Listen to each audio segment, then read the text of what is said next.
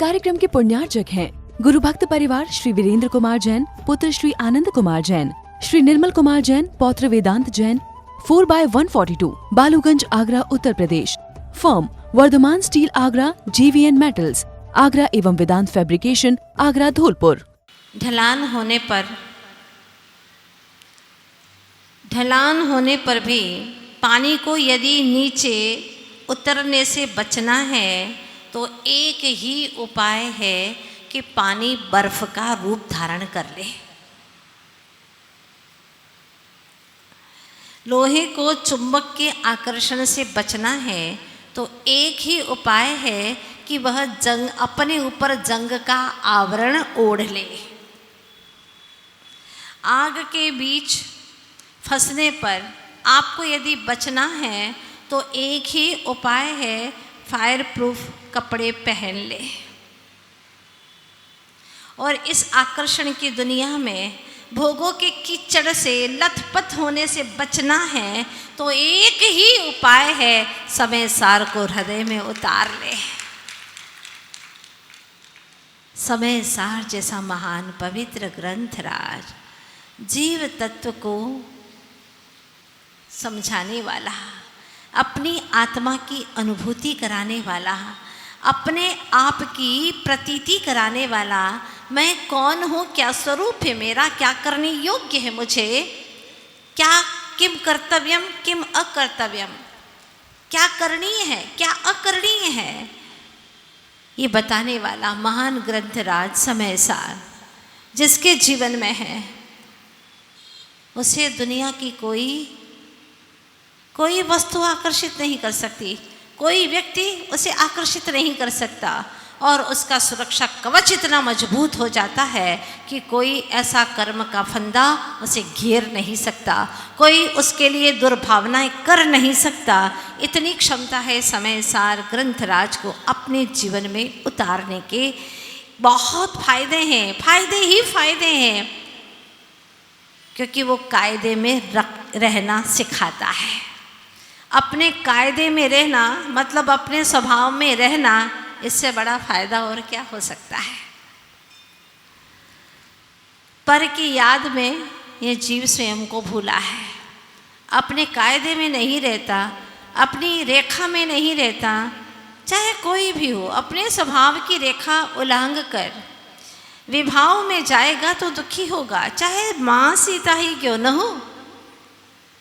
माँ सीता ने भी जब लक्ष्मण रेखा का उल्लंघन किया था, अपहरण हो गया।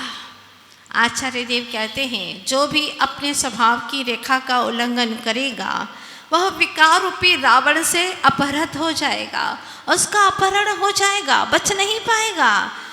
और अनंत काल से यही हो रहा है, अपहरण हो गया, इसीलिए तो परिभ्रमण हो रहा है। इस परिभ्रमण को रोकना है और उन विकारों के चंगुल से अपने आप को बचाना है तो समय सार ग्रंथ राज को हिये में रखना होगा। समय सार ग्रंथ दिए की भांति है, इसको हिये के अंदर दिए के रूप में रखना होगा ताकि वो प्रकाश हमारी चेतन आत्मा में सदा बना रहे, हमें स्व और पर तत्व का भान कराता रहे, हित और अहित का ज्ञान कराता रहे। बस इतना ही करना है, हर समय इतना विवेक जागृत रहे कि हम ये समझ सकें कि मैं क्या हूँ। एक बात, मैं क्या हूँ ये अस्तित्व की ओर ले जाता है, मेरा क्या है ये वस्तुत्व का भान कराता है, मेरा क्या क्या है।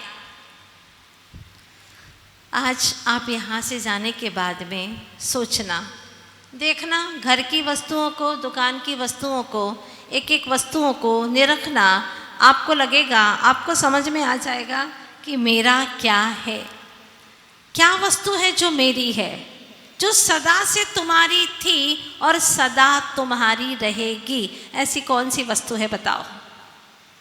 जब आप देखेंगे तो आपको लगेगा एक भी वस्तु घर में मेरी नहीं है। ये शरीर वो भी मेरा नहीं, ये भी मिटने वाला है, ये पर्याय है, पर की दी हुई है, पर की कर्म ने मुझे दी है, और जो दिया है वह भी कर्म का दिया हुआ है, तो यह भी पुद्गलिक ही है, कर्म पुद्गल है, उसी की जाति का दिया हुआ है। कर्म जो देगा वो अपनी जाति का ही तो देगा ना, तो उसने अपनी जाति का ये पुद्गल मुझे दिया है। चेतन आत्मा को कोई दे ही नहीं सकता, वो तो मैं हूँ स्वयं, मुझे किसी ने बनाया नहीं है, न कोई बना सकता है। मैं अनादि अनिधन तत्व हूँ। तो पहला है मैं क्या हूँ, अपना अस्तित्व, एग्जिस्टेंस, इसको समझना। दूसरा मेरा क्या है। अगर आपसे पूछो कि तुम्हारा क्या है, माता जी हमारा तो बहुत बड़ा परिवार है, हाँ 4 बस भर जाए इतना बड़ा परिवार है। अब क्या करें, इतना बड़ा परिवार था, कहीं भी जाओ 4 बस भरती थी तो बस का ही काम शुरू कर दिया, क्या करें। इतना बड़ा परिवार, मेरा परिवार, ये घर मेरा, ये ज़मीन मेरी, तुम कहते रहो, लेकिन ज़मीन ने कभी नहीं कहा, घर कभी नहीं बोला कि मैं तुम्हारा हूँ। ये पुद्गल है, अचेतन है, उसे कोई राग नहीं है, तुम करते रहो एकाकी राग। पुद्गल से भी गए बीते हो, पुद्गल तो राग भी नहीं करता और तुम राग करके संसार में भटकते हो। राग ही सारे दुखों की जड़ है।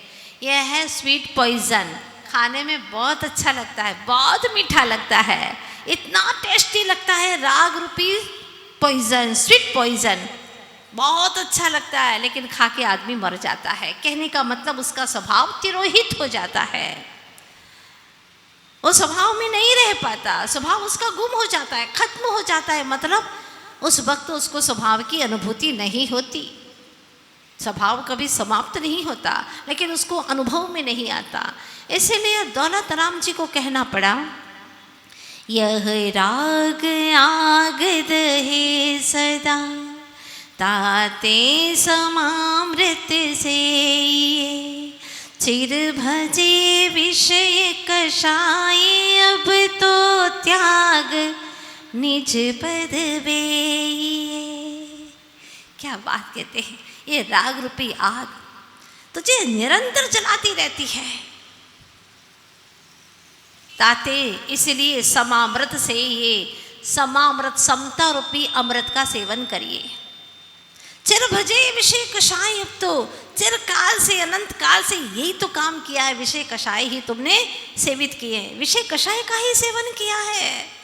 एक ही काम किया है, जो आत्मा के अहित विषय कषाय थे उसी का सेवन किया है, उन अहितकारी विषयों को ही तुमने सेवित किया है, उसी का परिचय किया, उसी का अनुभव किया है। सुध परिचिदानुभूता सवस्वी काम भोग बंध कहा, पढ़ करके आए, इसी का सेवन किया है। ताते समामृत से, चिर भजे विषय कषाय, अब तो त्याग। अरे अब नहीं त्यागेगा तो कब त्यागेगा बता। इतना समझदार हो गया है, कहता है ना मैं बहुत समझदार हूँ, बहुत समझता हूँ। मैं क्या समझता है, अपने बारे में तो कुछ समझता ही नहीं, अपना हित तो कुछ जानता ही नहीं, इसके बावजूद भी कहता है मैं समझदार हूँ। कैसी समझदारी है, राग बहुत खतरनाक है, स्वीट पॉइजन कहा उसे। अब देखिए ना, एक पिता के 2 बेटे हैं, एक बेटे से पिता को बहुत राग है और एक से कम राग है, ऐसा नहीं कह करके उससे राग नहीं है। वो कुछ भी करता है पिता को पसंद नहीं आता, अच्छा नहीं लगता, उसकी बात अच्छी नहीं लगती, उसका बोलना अच्छा नहीं लगता, उसका आना अच्छा नहीं लगता, पसंद ही नहीं आता। क्या करें, जो पसंद नहीं आता उसको अलग करना चाहता है, जिसको पसंद करता है उसको अपने पास में रखना चाहता है। जो नहीं पसंद था उसको अलग कर दिया, थोड़ा बहुत देना था दे दिया, अब निश्चिंत हो गया, उसके बारे में उसे कुछ सोचना नहीं है। देखो, जिसके प्रति द्वेष था अब उसके लिए कोई परिश्रम नहीं कर रहा, लेकिन जिसके प्रति राग है उसके बेटे हो गए, उसके बेटे के भी बेटे हो गए, तो भी दादाजी दुकान जाते हैं।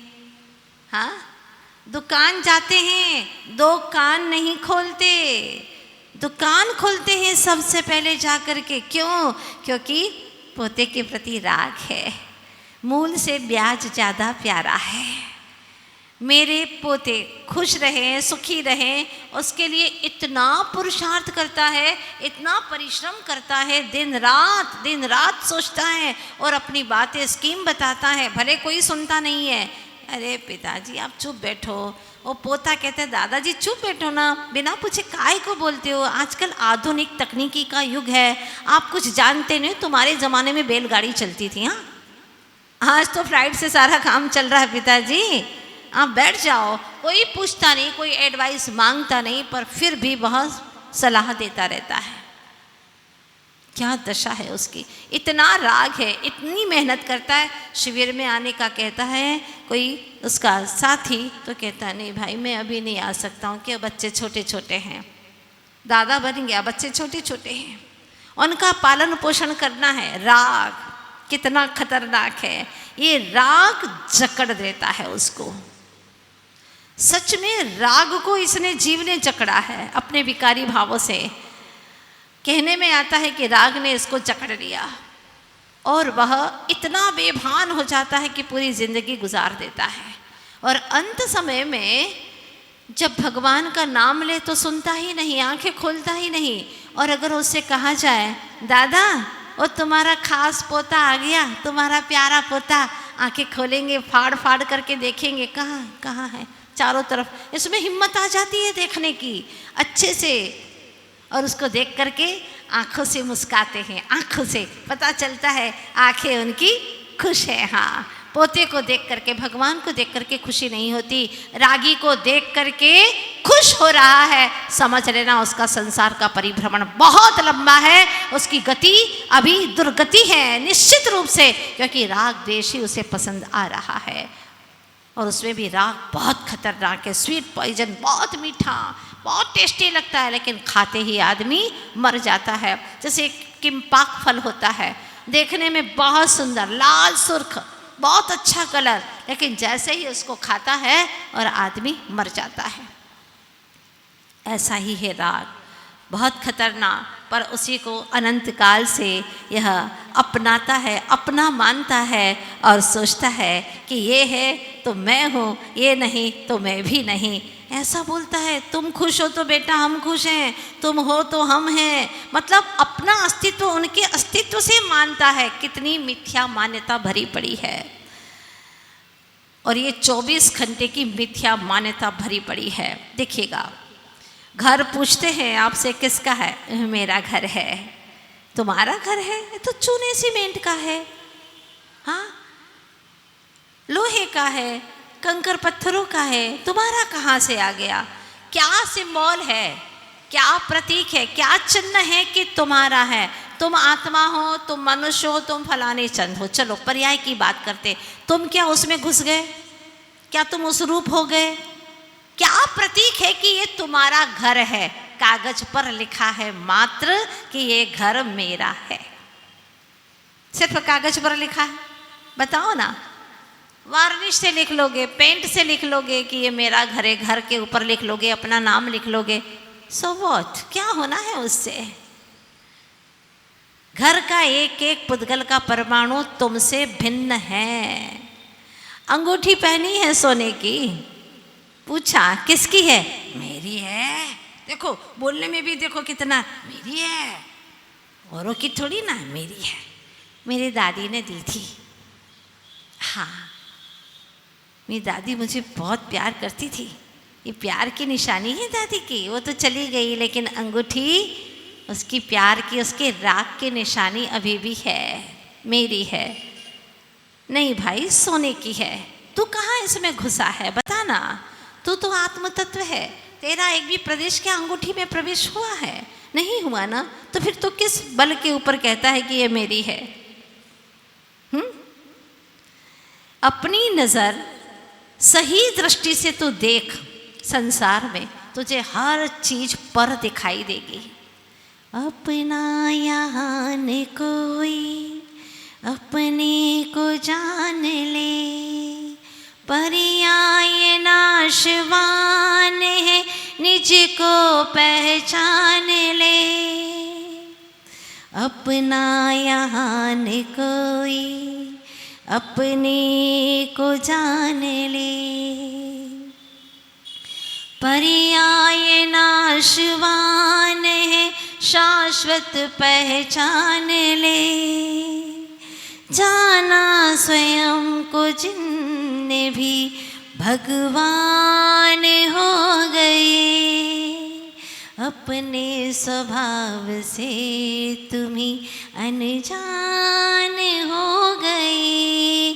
क्यों सुख स्वरूप हो के भी परेशान हो गए। अपने स्वभाव से तुम्ही अनजान हो गए। गुस्से में आकर के बोलती है, तुम्हारा स्वभाव सब जानते हैं, हम बहुत अच्छे से जानते हैं, तुम्हारा नेचर, तुम्हारा स्वभाव हम बहुत अच्छे से जानते हैं। क्या जानते हो तुम? अपना नेचर तो जानते नहीं, अपना स्वभाव तो जानते नहीं, और जो निज को नहीं जानता वो पर को भी नहीं जानता। ये तय बात है, जो निज को जानता है वो पर को भी जानता है। शुरुआत निज से होती है, आदि हिदम का हम से होती है। स्वयं बदलोगे, जग बदलता हुआ नजर आएगा। जब आपने औरों के प्रति अच्छी भावना शुरू कर दी है, आपको उसी क्षण से एहसास होगा कि सारा जग भी मेरे लिए अच्छी सोच करता है, अच्छा विचार करता है। जब आप सभी के लिए मित्रता की भावना भाएंगे तो सारी दुनिया आपको मित्र ही दिखाई देगी, कोई शत्रु दिखाई नहीं देगा। हम जैसा सोचते हैं वैसा ही हमें नज़र आता है। पहाड़ों के करीब जा कर के आप जैसी आवाज़ लगाते हैं वैसे टकरा करके वहाँ से आवाज़ आती है। ये निश्चित बात है। बच्चा रो रहा था, आई हेट यू, मैं तुमसे नफरत करता हूँ, मैं तुमसे नफरत करता हूँ। और जितना ज़ोर से बोलता है उधर से भी आवाज़ आती है, मैं तुमसे नफरत करता हूँ, मैं तुमसे नफरत करता हूँ, मैं तुमसे नफरत करता हूँ। तुम जितनी बार बोलते हो उससे कई बार आवाज़ें लौट करके बार बार गूंजती है पहाड़ों से। वो माँ के पास में जा कर के रोने लगा, माँ मुझसे कोई नफरत करता है, बहुत नफरत करता है, मुझे अच्छा नहीं लगता, रोने लगता है।